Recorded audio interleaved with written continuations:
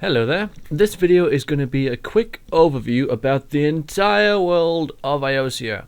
I'm doing this because in a video later on I'm going to be going through how I got to this stage, because I've reduced everything down. This is like a filtered version of what the world was, because I've reduced everything because there was too much to do. I've got a lot of people, millions, like maybe 2 people saying that they've started projects like this and they've found that there's like so much work and they don't know where to start, and they have so many ideas and they don't know how to get it down on paper. And I had exactly the same problem, and I want to show what I did with my world to make it a little bit more manageable. But in order to do that, to save me doing it in this video I'm just going to go through what I have now, what I've got. So this is the world. It's a nice map made by Campaign Cartographer 3, which is like made by a company called Pro Fantasy, or at least that's what the website's called. So yeah, you have to buy it though. You know, I bought it. Anyway, so this is the world currently. This is about the size of Europe. About the size of Europe. I mean, the older map that I had, which I'll show you next video, or else the next video in this little series of videos, is about the size of the world, about the size of Earth. Whereas this is about the size of Europe. So I've reduced everything like down massively, but I've still kept everything.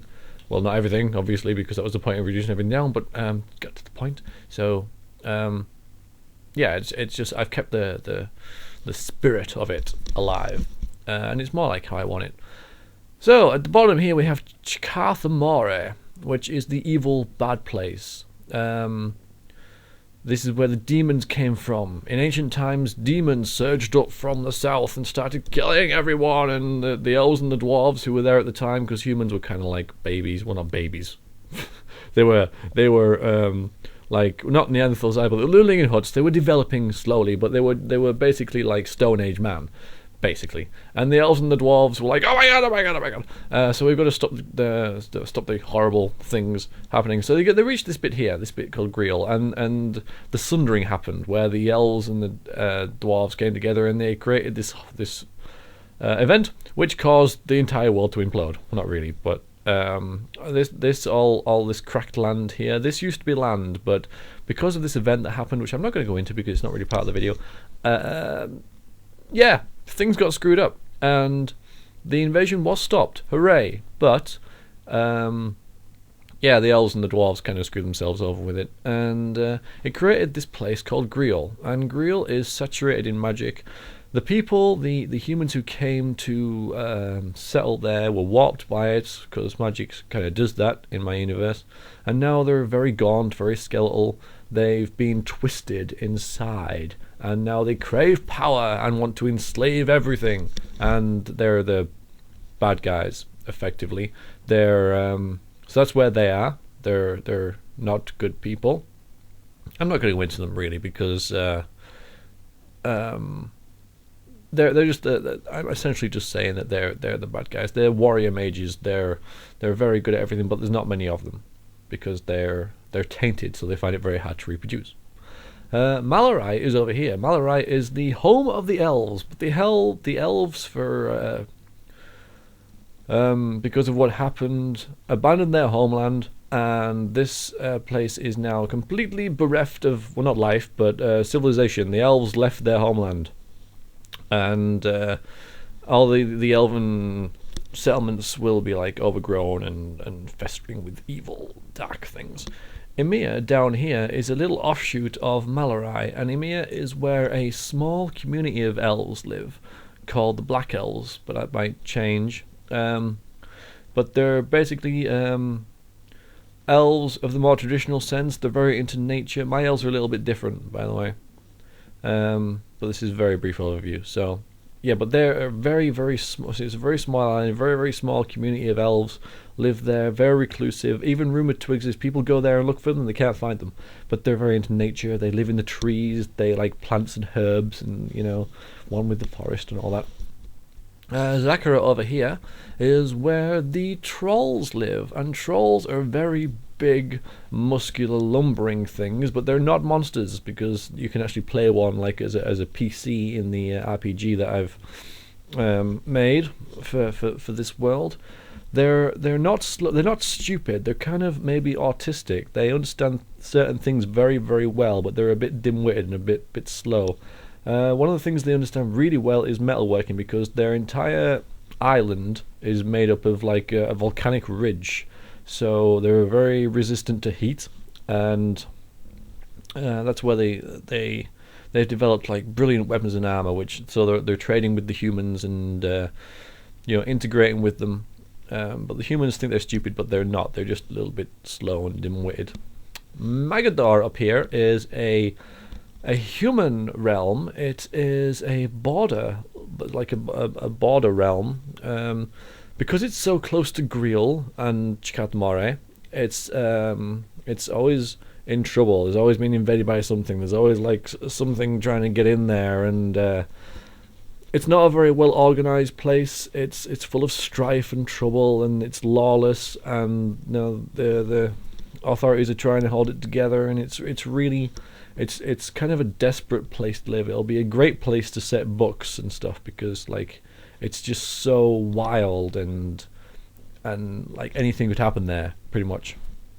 Aun, on the other hand, is another human realm, but it's much more organized. It's much more militant. It's sparsely populated, but the people who live there are doing very well. They're very sophisticated, very well educated. Things are going well there. It's a very militant place. Like the ruler of it is the sword master, who is like the best combated swordsman at the time, and there's a lot of honor there. It's complete contrast to Magadar. Complete contrast. Rune over here is more of a traditional, what you would think of as a traditional human kingdom. It's ruled by a queen, actually, but yeah, royal family. It's got certain segments ruled over by these small cities that you can't see, but they each have, like, over here there's like the that was a huge port. Then you have like the magical center, and you'll have like a military center. Down here there's a mining pit where it's like a penal colony. Up here it's more lawless, and you've got like a slaver pit.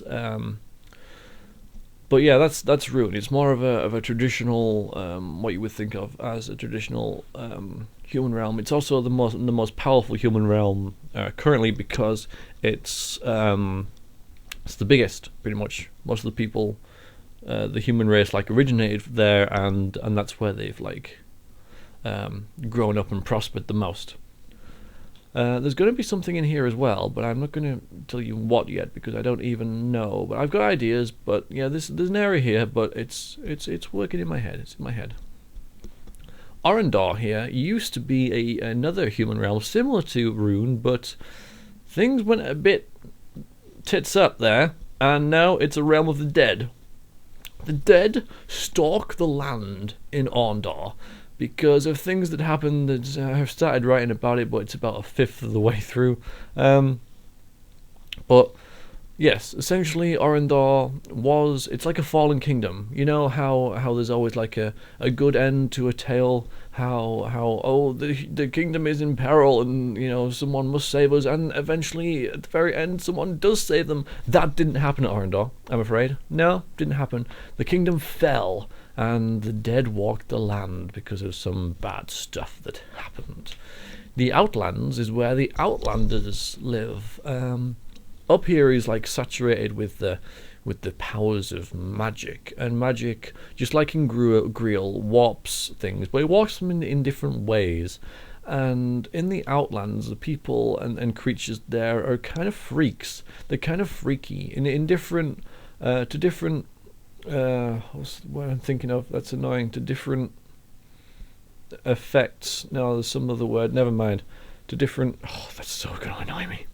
To different degrees, I guess. So like you might get some people up there that look pretty normal, and some that like with hunchbacks and whatnot. They're kind of freaks, but you find them sort of filtering their way down south into Rune, because some of them have uses. Like one of them might have really good eyesight, because they might be kind of hawk-like or something, and so they'll be used as a scout in an army or as an adventuring party or something like that.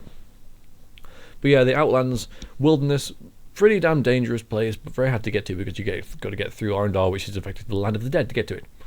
Nethika is where a meteorite, a radioactive meteorite, hit the world a long time ago, shattered this little peninsula. The people that came to settle there have also been warped by it to sort of an almost goblin-like. They're kind of inspired by sorry, I can't talk. The creatures in The Descent. If anyone's seen that film, these creatures live underground and they're blind and they're very good at climbing. Now, the creatures that live there are called I can't even remember.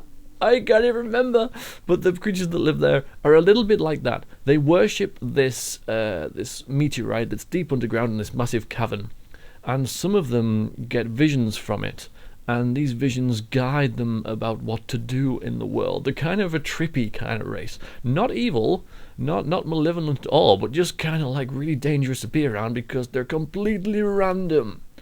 And finally we have the Dwarven Kingdom, which has been shattered by this sundering event that happened long ago. Cracked down here and there and there. These would have been like rivers, but probably like tectonic plate boundaries. And because of all the earthquakes and stuff that happened, the Dwarven Kingdom, which would have stretched like pretty much all along here, was a very, very strong place, a very strong, powerful race, was utterly and completely destroyed by this cataclysmic event, which wrecked pretty much all of their fortresses and whatnot, and now they're pretty much isolated to up here, which is this island. It's not an island? I suppose it is, but no, I'm at the mountain, which is called Vodal, which is their capital, which is basically like a hollowed out mountain. So, you know, even if there was an earthquake, you couldn't really knock down a mountain, so it took some damage, but it's okay. And so that's where the dwarves are. So that's the dwarves. That's where the dwarves are. And the dwarves are also slightly different as well. I've tried to create little twists with the elves and the dwarves, because even though they're there, then they are obviously influenced by the traditional sort of sense of what an elf and dwarf is. I've tried to mix them up, and I'll go into it in another video, or indeed on my website, when I finally get around to writing about it. But anyway, off topic. That is the world. That is what I've got now. In the next video, we'll have a look at the map I had before this one, and we'll talk about, well, I'll just show you how I've done integrating, like how I've reduced it down, but still, and my reasons for doing so, and why I've done everything of what I've done, because if anything, it'll be a good tool for me to look back over it and remember like what the world was like and what I've done it now, and it'll be almost like a video diary, I guess, for myself. But you guys can watch if you want. I don't mind, you know. you can do that. And I think that I'll call it a video. So that was a brief overview of the world. Hope you enjoyed watching that, and don't judge anything too harshly, or you know, because I skipped a lot.